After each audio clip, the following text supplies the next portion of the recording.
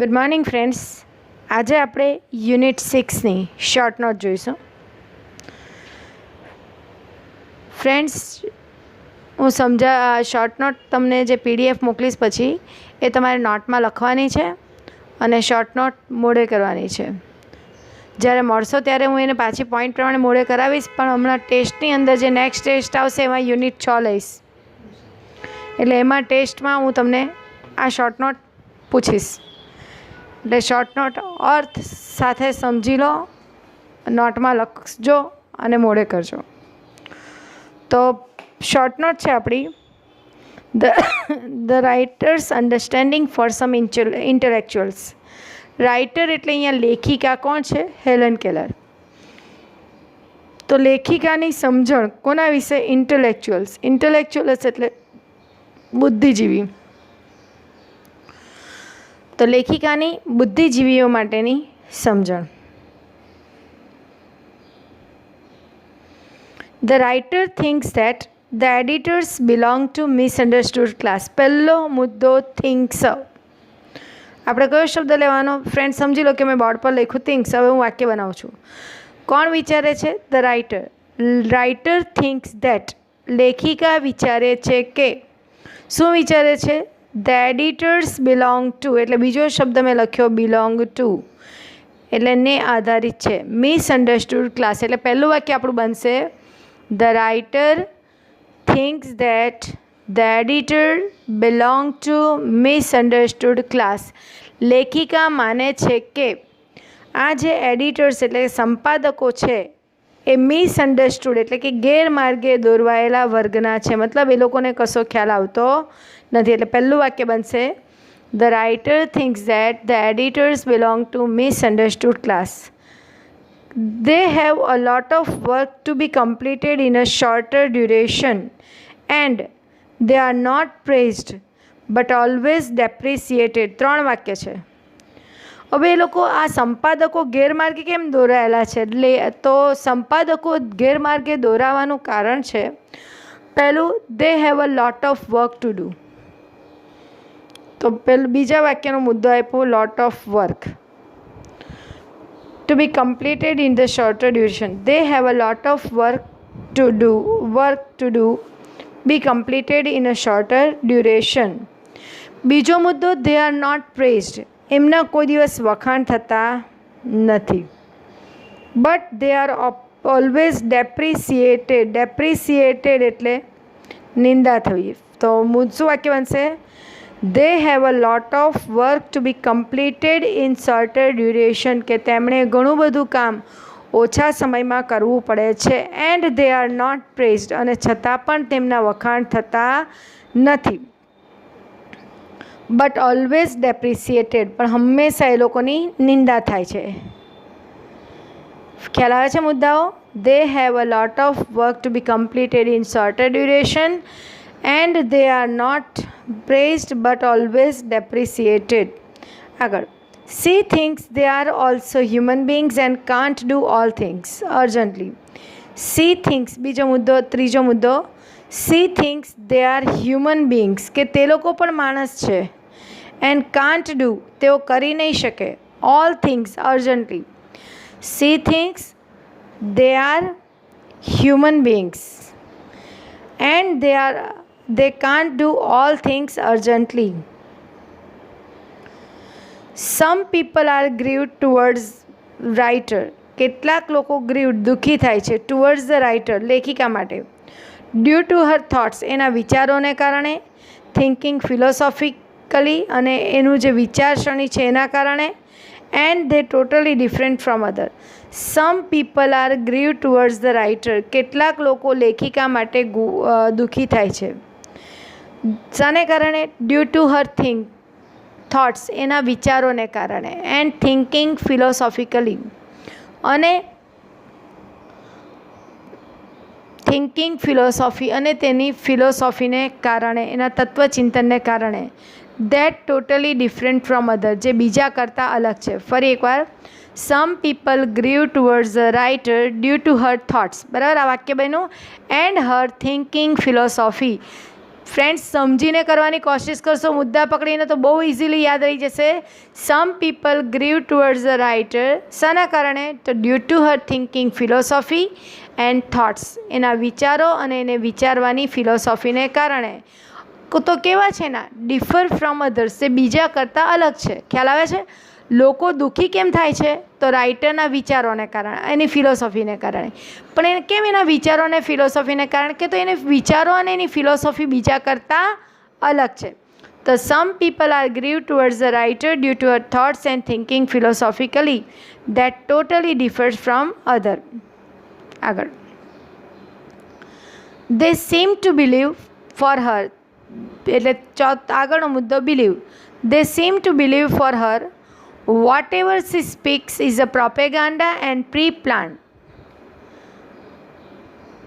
What they seem to believe for her, અથવા they believe for her that whatever she speaks is a pre-planned and propaganda and thoughts of some anti-social.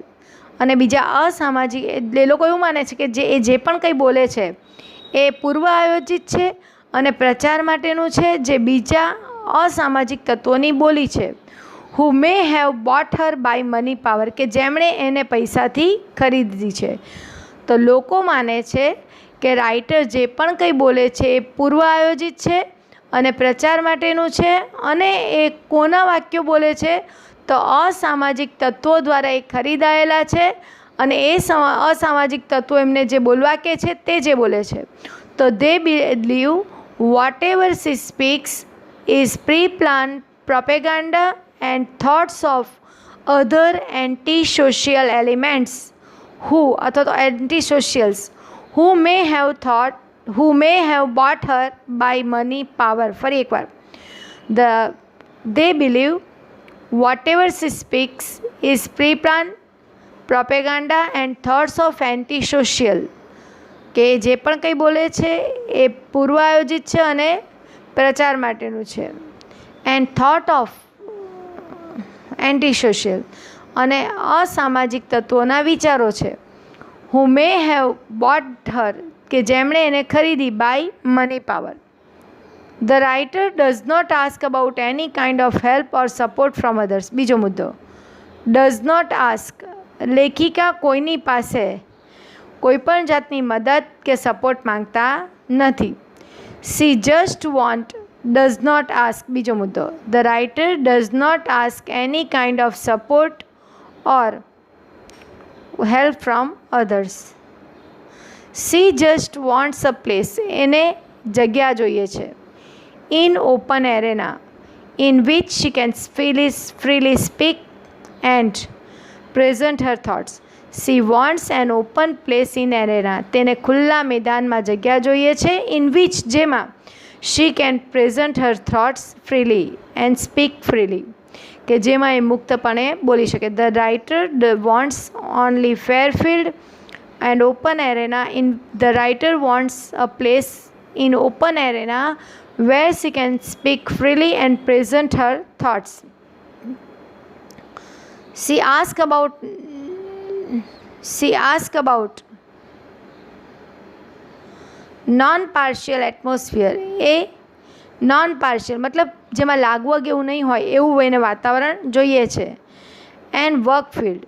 She asks about non-partial atmosphere and work field for representing her thoughts. એને પોતાના વિચારો રજૂ કરવા માટે non partial કે કોઈ પણ જાતનું પાર્શિયાલિટી વગરનું વાતાવરણ અને મેદાન જોઈએ છે for her representing her thoughts. તો અહીંયા થશે પહેલો મુદ્દો થિંક્સ, બીજું have lot of work, she thinks they are human beings, people grieved, પછી they seem to believe whatever she speak, પછી the writer does not ask, she wants, she can freely speak, and she asked about non-partial atmosphere and work field for representing her thoughts. આગળ જોઈએ friends, સહેલી છે, તમે એક એક વાક્ય સમજીને કરશો તો આવડી જશે.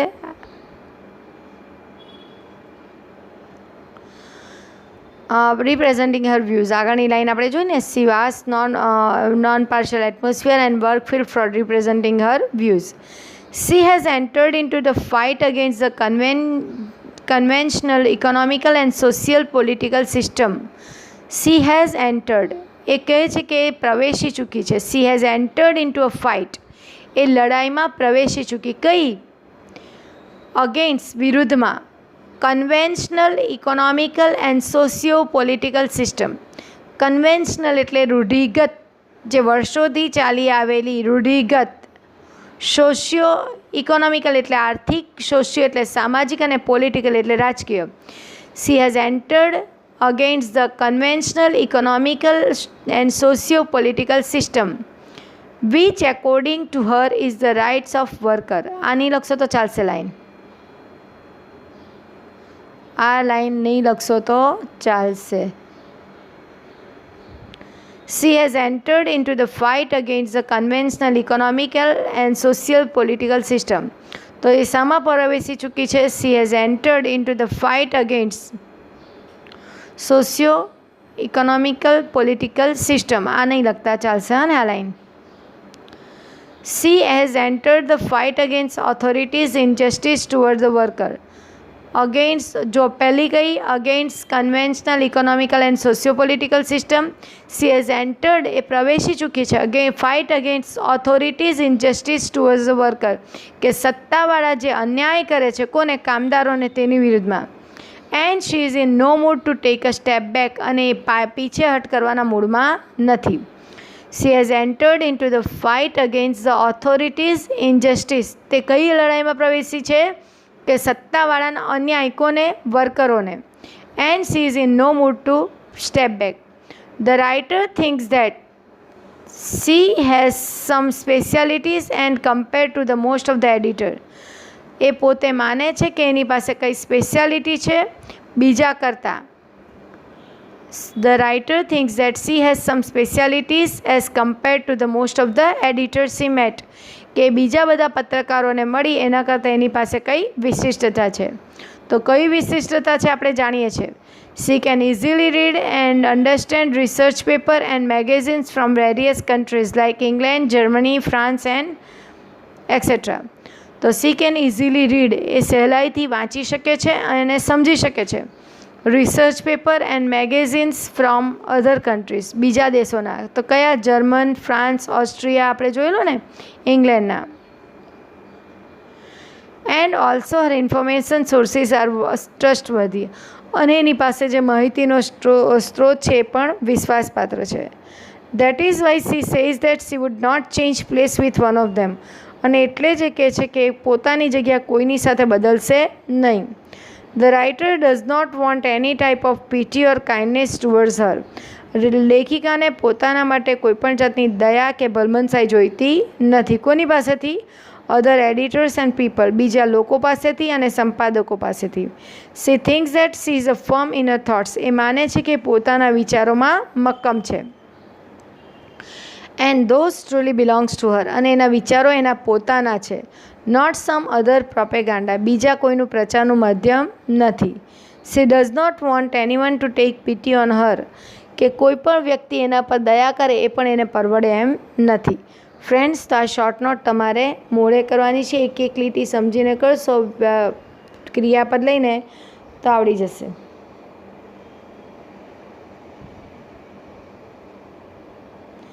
બીજી short note. The trap for workers according to the right. Trap એટલે જાળ. તો રાઇટરના મતે વર્કરોને ફસાવાની જાળ. તો વર્કરોને ફસાવાની જાળ કોણ ઘડે છે? માલિકો. બરાબર, જોઈએ. As far as authorities of the country believe, the lower wages are not the real misery for the people. કે જ્યાં સુધી સત્તાવાળાઓ માને છે, અથવા તો આપણે એવું લખવાનું, એઝ ફાર નહીં લખશો તો બી ચાલશે. ધ ઓથોરિટીઝથી ડાયરેક્ટ શરૂઆત કરશો તો બી ચાલશે. The authorities of the country believe, કે દેશના સત્તાવાળાઓ માને છે, ધ લોઅર વેજીસ એટલે કે ઓછો પગાર, આર નોટ ધ રિયલ મિઝરી. મિઝરી એટલે દુઃખનું કારણ. For the people. The authority believe the lower wages are not the misery for the people. But if the destructor and winner German army enters their country with a symbol of victory it should be the biggest reason for the sorrow of the people. પણ એ લોકો શું માને છે? If the winner German army, destructor નહીં યાદ રહે તો કંઈ વાંધો નહીં, but they believe if the winner German army enters their country, કે જો વિનર જર્મન આર્મી એમના દેશમાં પ્રવેશ્યું with a symbol of victory, આ પણ નહીં લખશો તો બી ચાલશે. જોજો હું બોલું છું ફરી એકવાર વાક્ય. But if winner German army enters their country, કે જો વિનર જર્મન આર્મી એમના દેશમાં પ્રવેશ્યું, then it should be the biggest reason for the sorrow of the people, તો એ લોકોના દુઃખનું કારણ બનશે. But if the winner German army enters their country, then it should be the biggest reason for the sorrow of the people. કેમ? તો as કારણ કે they would be unable to protect the country, તો તેઓ દેશને બચાવી શકશે નહીં. They believe if the winner German army enters their country, it should be the biggest reason for the sorrow of the people. Why? કારણ કે because they would be unable to protect their country, તો તેઓ તેમના દેશને બચાવી શકશે નહીં. The workers are wanted to be ready for fighting on the battle. The workers are wanted, કે લોકો શું ઈચ્છે છે? કામદારો તૈયાર રહે ફાઇટિંગ માટે, બરાબર ને? For the battle. Authorities want them to take country flag. Authority શું ઈચ્છે છે એમની પાસેથી? કે કામદારો દેશનો ધ્વજ લે, જોઈન ધ આર્મ ફોર્સ, લશ્કરમાં જોડાઈ જાય, and to fight a battle for the safety and liberty of their country, અને પોતાના દેશની પ્રગતિ માટે લડાઈ કરે. એકોર્ડિંગ ટુ ધ રાઇટર, લેખિકાના મત પ્રમાણે પીપલ આર ટ્રુલી ઇમોશનલ, કે આ વર્કર જે છે એ ઇમોશનલ છે, લાગણીશીલ છે. And they think by emotions, અને તેઓ લાગણીથી વિચારે છે. રધર ધેન માઇન્ડ, શાના બદલે? મનને બદલે. When this type of propaganda is use on them, તો લેખિકા માને છે કે લોકો ખૂબ જ લાગણીશીલ છે અને તેઓ તે થિંક બાય ઇમોશન, તેઓ લાગણીથી વિચારે છે. નોટ બાય માઇન્ડ, મનથી નહીં. When this type of propaganda is used, કે જ્યારે આ પ્રકારનું પ્રચાર માધ્યમ તેમના પર વપરાય છે. So the writer is afraid, તેથી લેખિકાને ડર છે. The workers will be fooled again by the sweet talks, કે લોકો આ ઓથોરિટી વર્કરોને મીઠી મીઠી વાતોથી મૂર્ખ બનાવશે. And will stop strike against injustice, અને તેઓ જે અન્યાયની વિરુદ્ધ લડાઈમાં ઉતર્યા છે એ લડાઈ કદાચ અટકાવી દેશે. કે વર્કરો માલિકની વિરુદ્ધમાં જે લડાઈ ઉતર્યા છે, કઈ લડાઈમાં? તો પોતાને થતા અન્યાયની લડાઈમાં. પણ જો માલિકો આવી વાત કરશે કે દેશમાં વિનર જર્મન આર્મી પ્રવેશી ચૂક્યું છે, તો એનાથી મોટી દુઃખની વાત કઈ? આવી બધી ઇમોશનલી વાતો કરશે, તો આ કામદારો જે સ્ટ્રાઇક ઉપર ઉતર્યા છે, પોતાને થતા અન્યાયો વિશેની સ્ટ્રાઇક પર ઉતર્યા છે, તે શું કરશે? બંધ કરશે. આગળ. The authorities and the master for whom the workers work, કે સત્તાવાળા અને જેના માટે આ વર્કરો કામ કરે છે, are the biggest enemies of them, એ જ તેમના દુશ્મન છે. એઝ કારણ, એઝ એટલે બીકોઝ, કારણ કે they force a worker for around a day hard labour, તે આખો દિવસ વર્કર પાસે શું કરે છે? સખત કામ કરાવે છે. And give them insufficient wages, wages એટલે પગાર, ઇનસફિશિયન્ટ એટલે અપૂરતો, અને એમને અપૂરતો પગાર આપે છે. The masters enjoy the fruit of hard work, pain નહીં લખશો તો બી ચાલશે, લખશો તો બી વાંધો નહીં. અને એ લોકો જે મહેનત કરે છે એનું ફ્રૂટ કોણ ખાય છે? એનું ફળ માલિકોને મળે છે. આ લાઈન નહીં લખતા, ચાલશે.